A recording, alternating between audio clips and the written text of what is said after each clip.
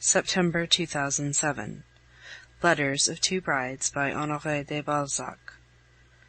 Letter 55.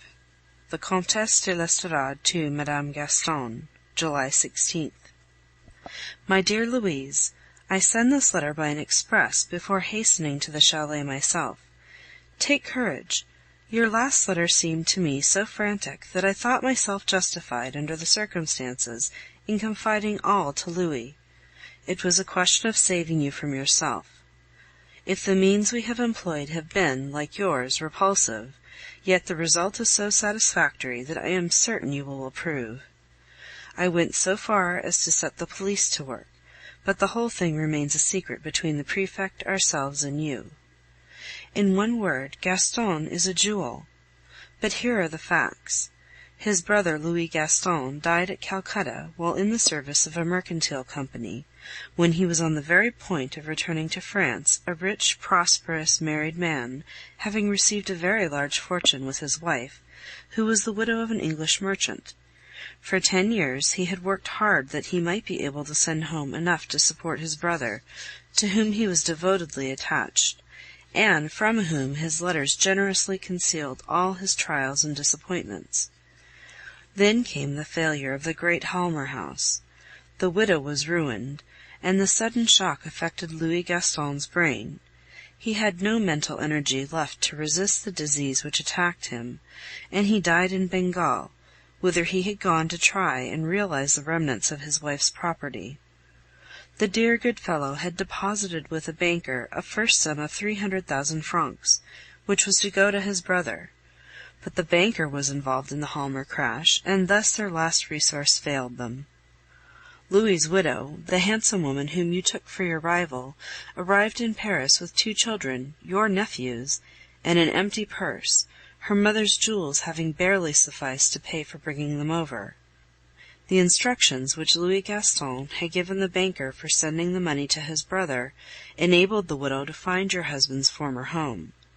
As Gaston had disappeared without leaving any address, Madame Louis Gaston was directed to d'Arthez, the only person who could give any information about him. D'Arthez was the more ready to relieve the young woman's pressing needs, because Louis Gaston, at the time of his marriage 4 years before, had written to make inquiries about his brother from the famous author, whom he knew to be one of his friends.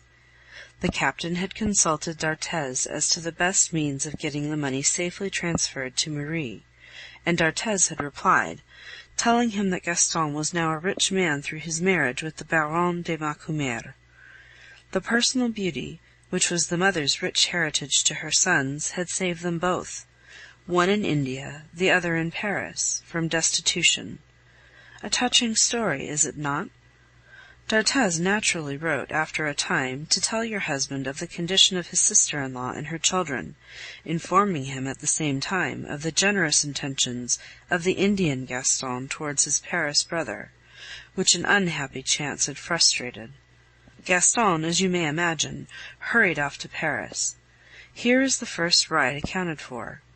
During the last 5 years he had saved 50,000 francs out of the income you forced him to accept, and this sum he invested in the public funds under the names of his 2 nephews, securing them each in this way an income of 1,200 francs. Next he furnished his sister-in-law's rooms, and promised her a quarterly allowance of 3,000 francs.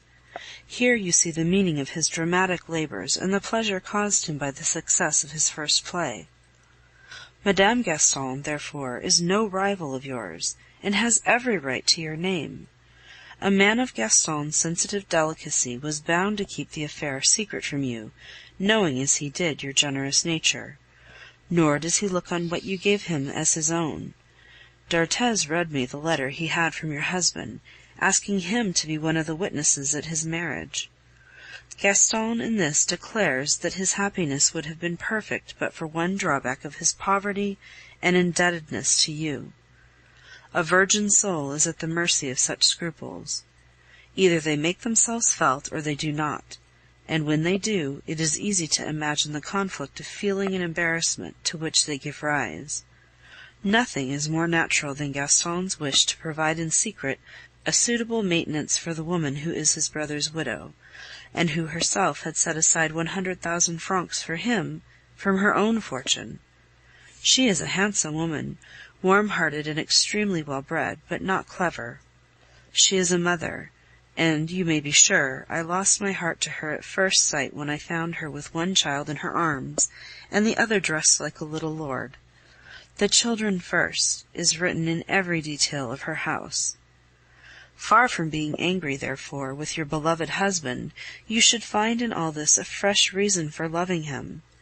I have met him, and think him the most delightful young fellow in Paris. Yes, dear child, when I saw him, I had no difficulty in understanding that a woman might lose her head about him. His soul is mirrored in his countenance. If I were you, I should settle the widow and her children at the chalet, in a pretty little cottage which you could have built for them, and adopt the boys. Be at peace then, dear soul, and plan this little surprise, in your turn, for Gaston. End of Letter 55.